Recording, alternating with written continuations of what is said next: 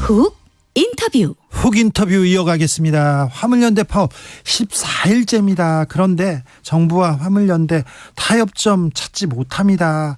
아이고, 이 타협 어떻게 하면 좋을까요? 이 파업 어떻게 끝낼 수 있을까요? 경사노위 위원장 김문수 위원장한테 그 방법 물어보겠습니다. 위원장님 안녕하세요. 네, 반갑습니다. 네. 화물연대 파업 오늘로 14일째입니다. 그런데 네. 강대강 대치 장기화되고 있습니다. 네. 어떻게 풀어야 됩니까? 굉장히 어려운 문제인데 네. 정부에서는 네. 무조건 선복귀 네. 후 대화를 하자. 네. 또 화물연대는 선대화 네. 후 복귀. 예. 팽팽합니다. 네. 아, 그러면 이럴 때 네. 어떻게 해야 됩니까? 저도 좀 답답합니다. 네. 그래서 저도 화물연대가 보통 노동조합보다 네. 더 힘들잖아요. 왜냐하면 차값이 2억이 넘는 차도 있어요. 벤츠 그렇죠. 같은 거. 네네. 그럼 이 비싼 차를 사서 할부금을 내야 되는데. 그렇죠. 한 달에 뭐 500만 원 또 내야 된다 했는데 보통 노동자는 먹고 살면 되는데 네. 그럼 버틸 수 있잖아요. 파업을 네. 하더라도. 이 화물연대의 차값을 내야죠. 예, 차주기 때문에 차에 할부금을 안 내면 네. 연체료가 붙어서 굉장히 힘들죠. 힘들죠. 그분 고통스러운데 하루하루 늘어갑니다. 네. 그 화물연대 노동자들이 귀족인가요? 귀족 노조는 아니죠. 귀족이라고 하기는 그렇지만 차값이 이제 비싸니까. 그러니까요. 예, 2억씩 이렇게 막 하니까. 그러니까 다른 노동자보다는 조금씩 좀 더 버는 게 맞죠. 아, 그렇죠. 차값을 2억짜리 차를 소위 말하면 자본 투자가 많으니까 그만큼 네. 갚아야 되잖아요. 그렇죠. 예. 화물연대 파업이 불법 파업입니까?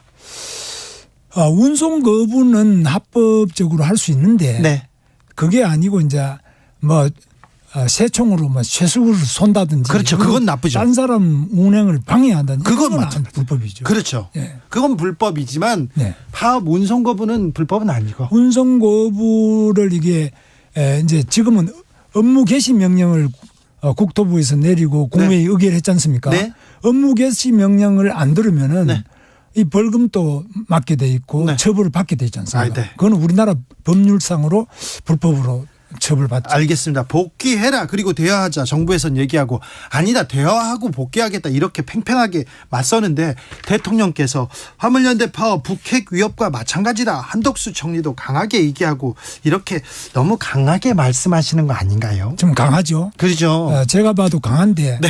그래서 윤석열 대통령은 검사 출신 아닙니까? 네네. 검찰총장 출신. 네. 윤석열 대통령 때는 지난번에 이 박근혜 대통령, 이명박 대통령 뭐 전직 대통령을 구속시킨. 대통령 2명도 구속이 되고 네.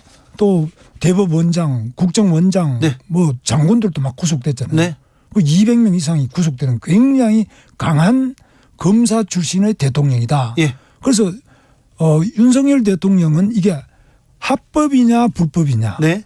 그리고 이것을 불법이더라도 어쩔 수 없이 그렇게 개인적으로 불법이 되느냐. 네. 아니면 아주 조직적으로 결의를 해서 불법이냐. 네. 또 이게 또 한 번이 아니고 6월 달에 하고 지금 하고 반복하느냐. 이런 거에 대해서 굉장히 민감해요. 그래요. 대통령께서. 법률적으로 보시는 거죠. 그렇죠. 네. 그분은 검사 출신이니까 그럴 수밖에 없잖아요. 아니 그래도 대통령이니까 이제 대통령은 이제 된 지가 얼마 안 되셨고 네.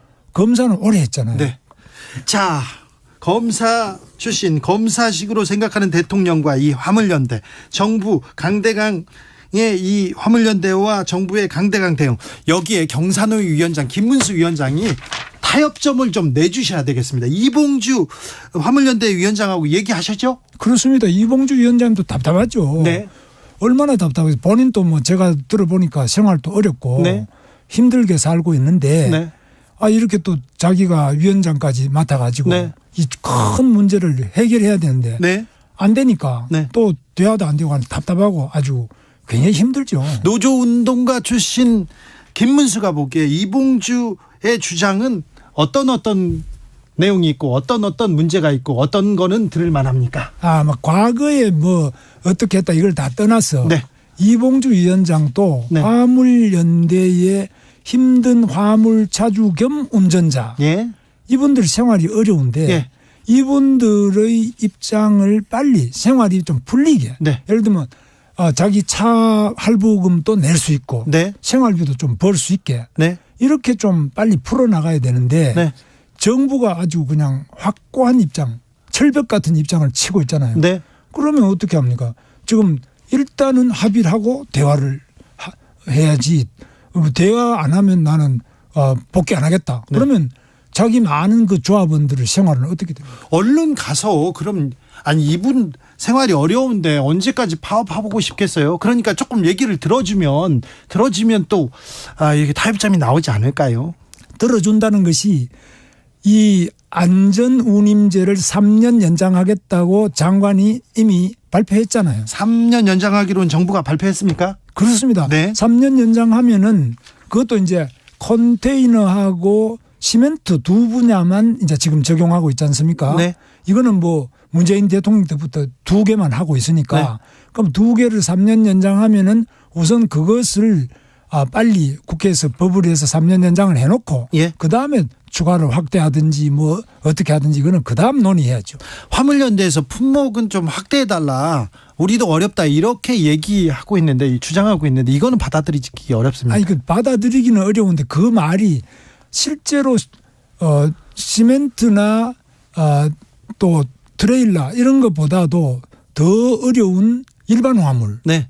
뭐 이런 사람도 있습니다. 철강도 뭐 그렇게 좋은 것도 아니고 그렇죠. 그래서 다 어렵죠. 더 어려운 사람도 많고 또 택시도 어렵지 않습니까? 네. 그럼 이런 거 다 들어주기에는 한꺼번에 하기 어렵지 않습니까? 그러니까 확실하게 착실하게 천천히 논의를 하면서 네. 화물연대하고 같이 대화를 통해서 점진적으로 개선하자 이거죠. 그렇죠. 대화를 통해서 점진적으로 개선하자. 네. 그 말씀이 중요합니다. 네. 1389님께서 경산호 위원장님 화물연대 노동자들하고 좀 계속 대화를 좀 해주세요 얘기하는데 화물연대 파업과 관련해서 김문수 위원장 그 외부에서 간담회 별로 안 한다 얘기 안 듣는다 이런 보도도 나왔던데. 저는 뭐 매일 듣고 있고요.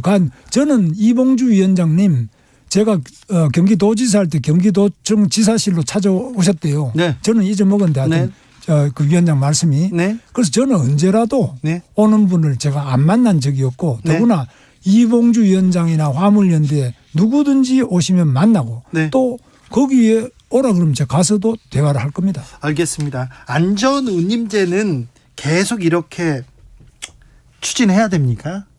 안전운임제라는 게 이제 이름이 조금 묘해가지고 네. 이게 논란이 많은데 이게 뭐 예를 들면 최저운임이라든지 네. 아니면 뭐 어떤 적절한 이름으로 고쳐야 될 건지 또 이게 적용을 시멘트하고 트레일러만이 아니라 딴 것도 더 넓힐 것인지 어느 수준으로 할 것인지 이것은 소위 제도 개선할 필요가 있습니다. 네. 이 제도 개선을 전문가와 또 화물연대 측하고 국토부하고 같이 또 논의할 수 있는 그 테이블을 경제사회노동위원회에서도 만들자고 제가 이봉주 위원장한테 제안을 했습니다. 예. 내가 만들 테니까 빨리 스톱하고 복귀하면 제가 그걸 하겠다 이렇게 네. 했는데 잘 안 되네요. 자, 지금 김문수 위원장도 말하고 있습니다. 그리고 화물연대 이봉주 위원장도 대화하자. 국토부 장관이나 차관하고 대화할 수 있는 자리 만들어달라 이렇게 얘기하는데 왜 안 됩니까? 국토부 장관하고 대화하는 것이 물론 권한권자니까요. 그렇죠. 국토부 장관이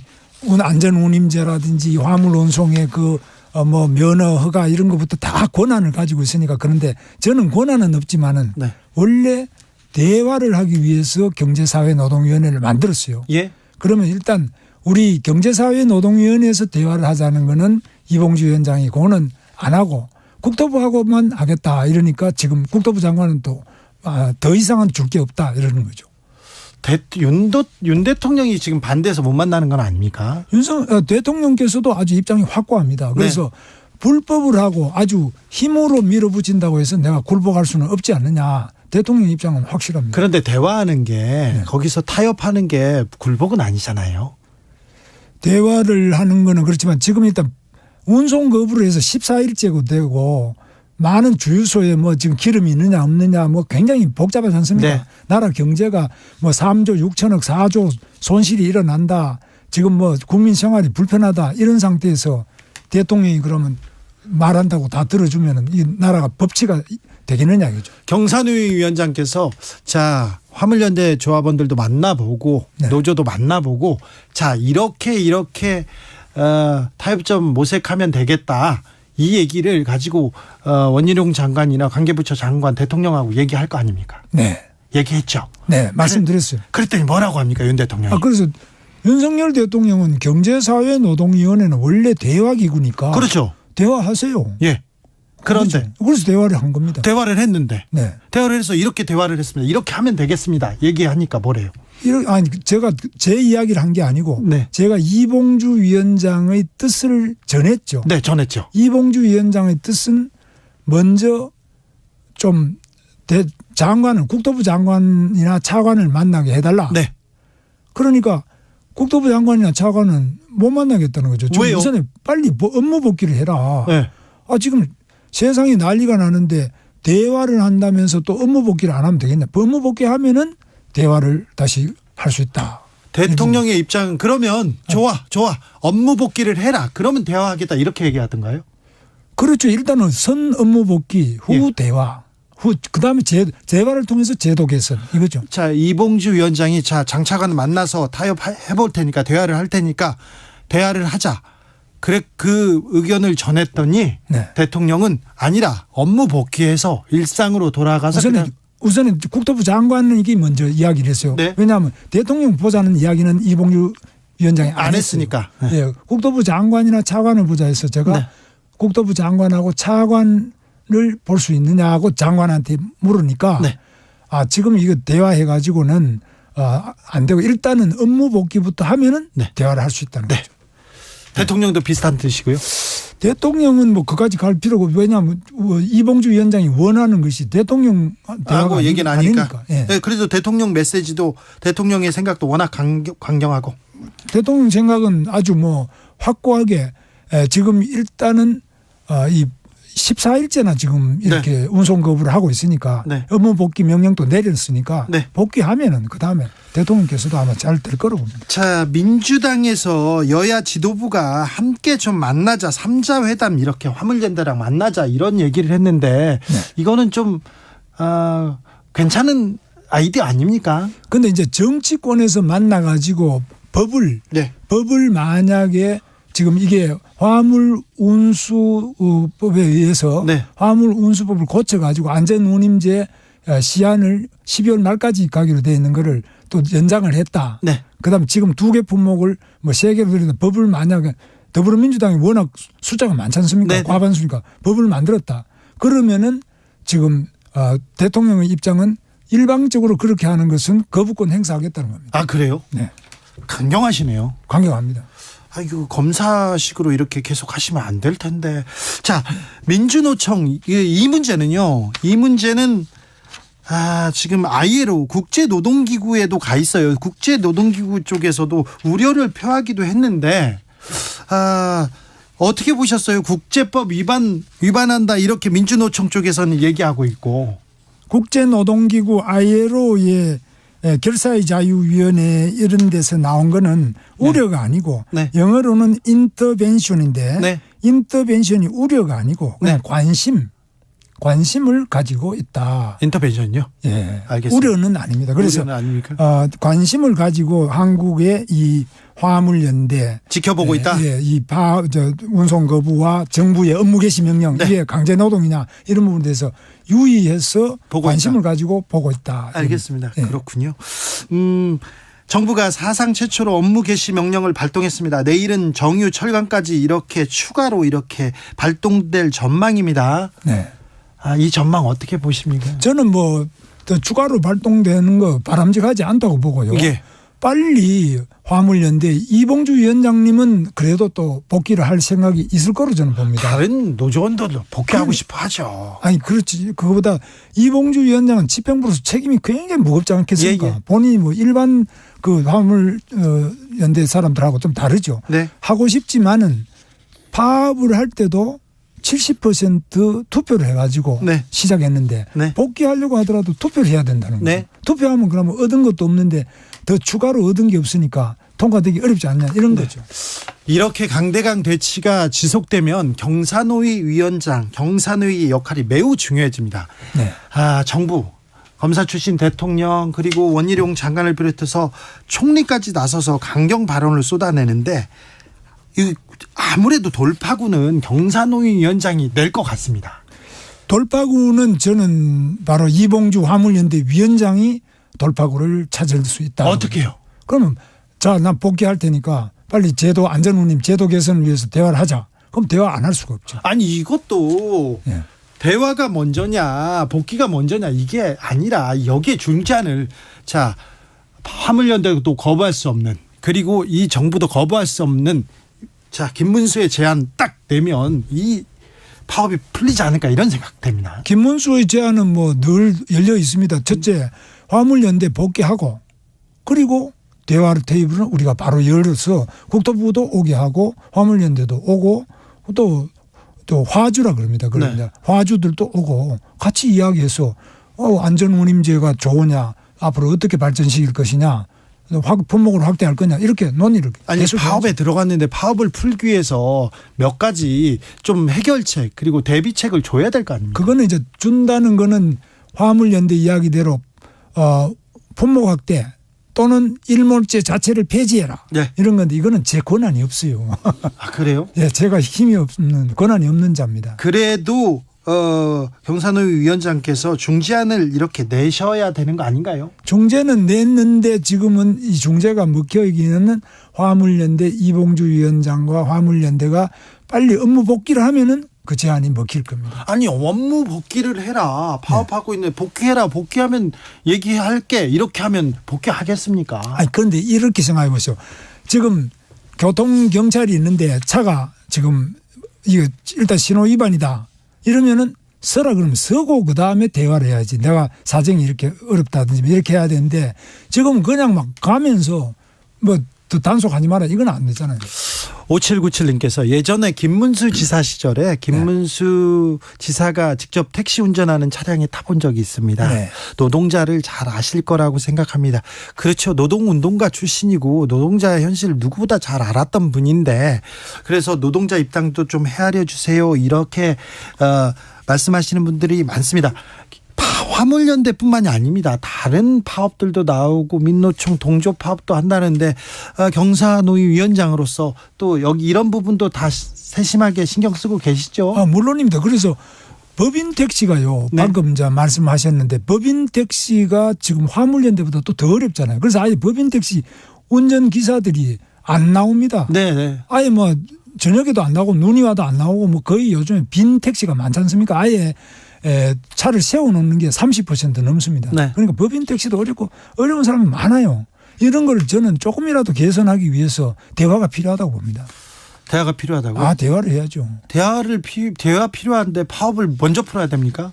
아니 그 파업은 풀고 저는 경사노위에 이런 법인 택시뿐만 아니라 또 뭐 봉제 공장에 일하는 사람들, 구두 만드는 사람들, 어려운 사람들 다 모셔가지고 대화를 통해서 제도를 개선하려고 경제사회 노동위원회가 존재하는 겁니다. ILO 그리고 유엔에서 네. 좀 개입해오고 강력한 권고 네. 노동자의 파업을 이렇게 탄압하지 마라 이렇게 메시지가 나오면 정부는 어떻게 할 겁니까? 그렇게 나올 리가 없죠. 왜냐하면은 뭐 파업을 탄압하고 이런 건 아니고 불법 부분에 대해서만 단속을 하는 거죠. 그러니까 파업에 노동자의 파업은 당연한 권리죠. 그러나 운송사업자 이제 이 차주들이 네. 운송 계약을 했는 거는 지켜야 되죠. 네. 그리고 또 지금 차량은 택시나 이런 화물 차량은 또 국토부의 강력한 교통법규에 의해서 이 강제성이 있게 운송을 거부할 때는 업무 개시 명령을 할 수 있도록 화물 운수법에 규정이 되어 있습니다. 민주노총에서 유엔에 추가 긴급 개입 요청했어요. 네. 정부는 어찌하실 건지. 근데 그건 뭐 정부에서 판단하겠습니다만 제가 볼 때는 민주노총이 해외로 가져가는 그런 노력 뭐 좋은데요. 우리가 국제화된 사회니까. 그러나 더 중요한 것은 국내에 정부와 국내에서 우선의 문제를 풀 수 있도록 노력하면서 해외로 가져가야 됩니다. 네. 이 문제를 좀 풀 수 있도록 노동자들과 좀 더 많은 대화해 주십시오. 네, 그렇게 하겠습니다. 저는. 아무래도 이 정부에서 이 문제를 풀 수 있는 사람은 김문수밖에 없을 것 같습니다. 뭐 저도 하여튼 최선을 다해서 노력을 하겠습니다. 네. 예. 좀 더 역할을 해 주십시오. 예. 이봉주 위원장님과 화물연대 네. 여러분들이 정말 어려운 그 점이 많습니다. 다시 말씀드리지만은 자기들 할부금도 내야 되고 네. 먹고 살아야 되는데 지금 이렇게 14일이나 놓으면은 소득이 없지 않습니까? 그분들이 지금 답답해요. 그래 저도 답답해요. 그 얘기를 좀 더 들어주셔야죠. 물론 듣겠습니다. 언제든지 말씀하시죠. 네, 네. 너무 강경돼요. 그러니까 참. 네. 네, 여기까지 듣겠습니다. 네, 감사합니다. 김문수 경산노 위원장이었습니다. 정치 피로